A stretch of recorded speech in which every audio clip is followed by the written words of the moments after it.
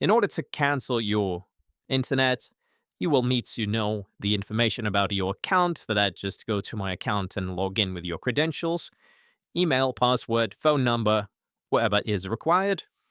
After that, you will actually need to contact a customer service. It seems like you can't actually cancel your internet by using a website. Right after that, just go to Contact Us page. It will also be available under your account. Now, in here, you can contact this address right here.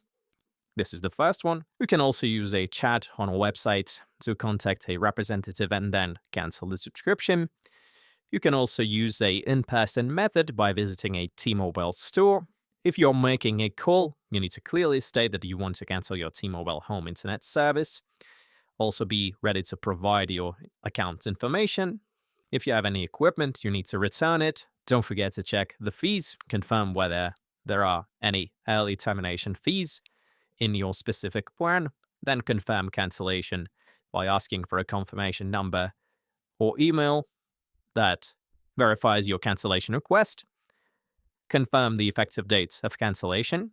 And that's basically how you cancel it, guys. This process will ensure your service is properly cancelled and you won't incur any unexpected charges. Thank you for